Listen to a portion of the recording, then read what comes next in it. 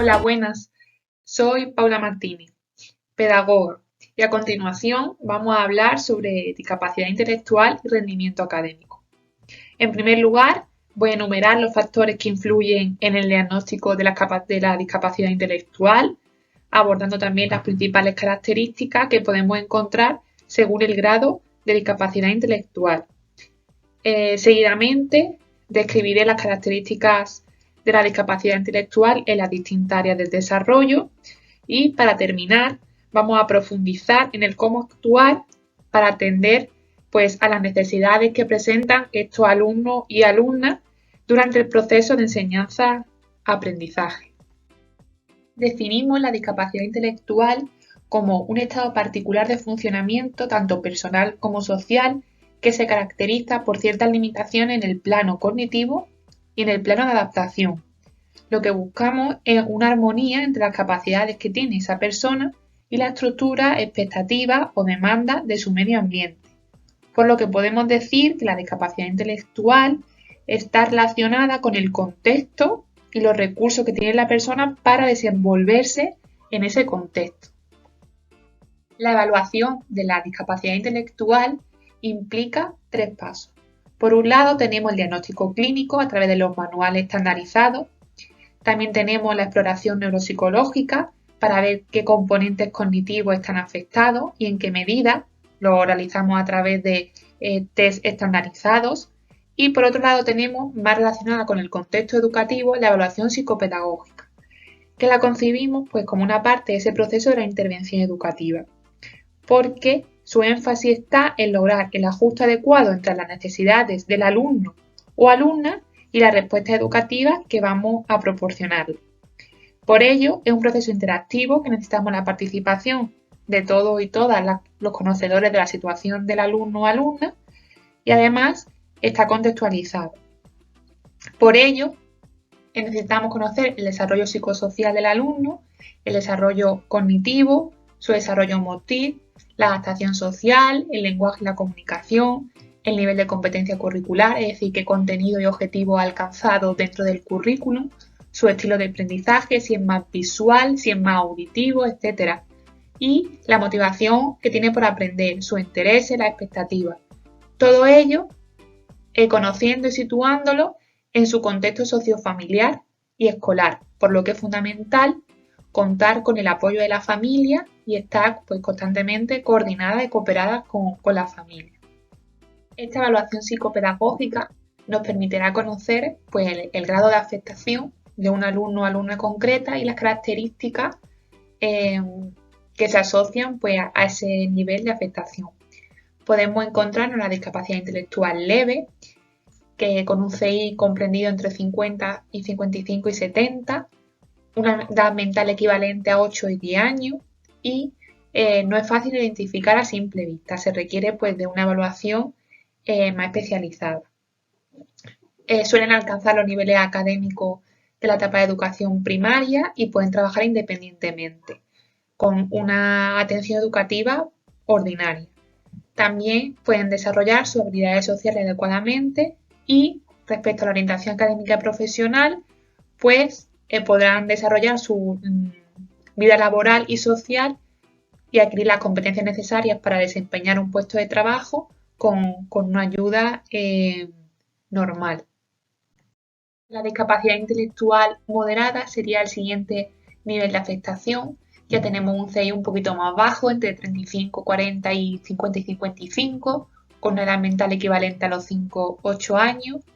Y el nivel curricular equivaldrá al primer ciclo de educación primaria. Tendrá un nivel de autonomía personal aceptable y una habilidad de comunicación adecuada, pero va a tener más dificultades en la estructura y articulación del lenguaje. Y ya en el ámbito laboral sí necesitarán de una supervisión más guiada. Cuando hablamos de discapacidad intelectual grave nos enfrentamos a casos que van a requerir de una atención y unas medidas más específicas. Hablamos de alumnos y alumnas que tienen una edad mental equivalente a unos 3 y 5 años. Van a tener muchas dificultades en el plano académico, porque no van a aparecer habilidades funcionales. También van a necesitar ayuda en el autocuidado diario con una baja autonomía. Se va a ver afectado el desarrollo motor, un lenguaje muy pobre y escaso, y en el plano de la orientación académica y profesional, pues lo vamos a orientar hacia trabajos simples que requieran o que sea posible una supervisión continuada por otra persona.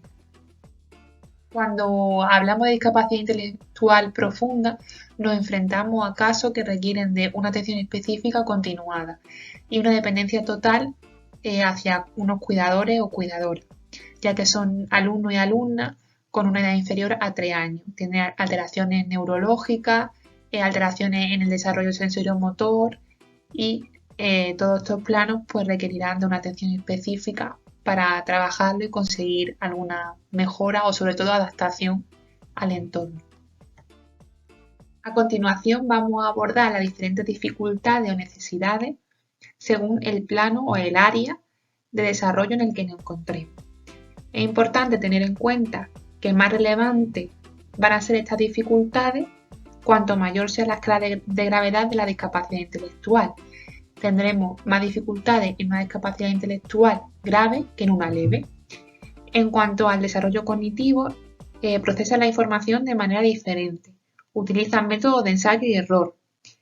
Se les puede entrenar en el uso de ciertas estrategias, pero les cuesta mucho trabajo generalizarlo.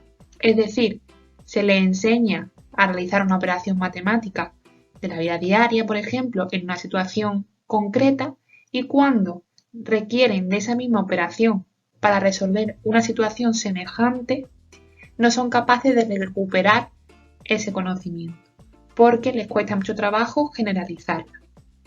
También presentan distintos grados de limitaciones o trastornos en las funciones cognitivas de metacognición y proceso ejecutivo o de control cognitivo, es decir, dificultades para entender cómo ellos aprenden.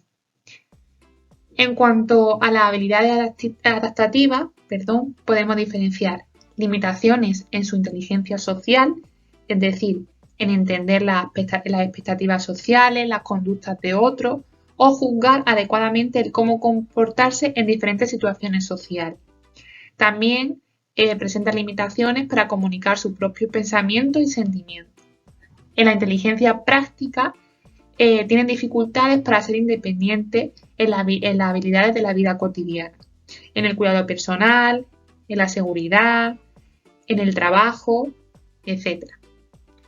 En el plano o en el desarrollo del lenguaje, podemos decir que su desarrollo evolutivo es similar al normotípico, pero puede presentar diferencias importantes en medida que va avanzando el grado de discapacidad, como he dicho anteriormente.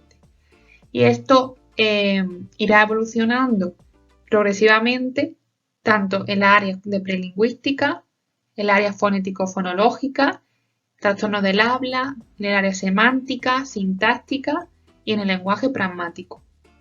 En cuanto al desarrollo motriz, pueden ir presentando dificultades en la configuración de su esquema corporal y su autoimagen, en la orientación, en la estructura del espacio, en el equilibrio, incluso en los niveles más avanzados podemos hablar de dificultades en la respiración, en la relajación, etc.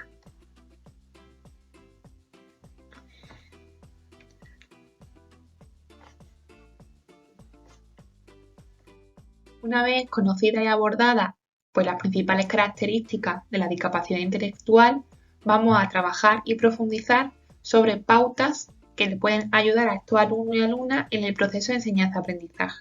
En primer lugar, relacionadas con el desarrollo cognitivo, como he mencionado anteriormente, tenemos que utilizar y adaptar una habilidad de forma efectiva fuera de la situación en la que fue aprendida, relacionado con la dificultad para generalizar los aprendizajes, es decir, entrenar en diferentes situaciones. Trabajar también la motivación del alumno, es decir, aumentar su seguridad ante las tareas, darle siempre un feedback positivo, reforzarlo positivamente y que también sea consciente ellos y ellas que se tienen que dar un autorrefuerzo, es decir, tener expectativas y motivación intrínseca por aprender. En cuanto a la ayuda pedagógica, bueno, aquí ejercemos un proceso de mediación que ayude a estos alumnos y alumnas a compensar sus necesidades. Entonces, ¿qué ayudas pedagógicas podemos darle aparte de favorecer esta motivación? Pues adaptar el currículum a sus necesidades en cuanto a objetivos y contenido, adaptar la evaluación, por ejemplo, más tiempo para los exámenes, adaptar la metodología, metodologías cooperativas, ayudas entre iguales, etc. También debemos orientar el trabajo hacia lo concreto porque estos alumnos y alumnas tienen dificultades en el pensamiento abstracto, es decir, que hay que trabajar con pautas muy concretas y contextualizadas.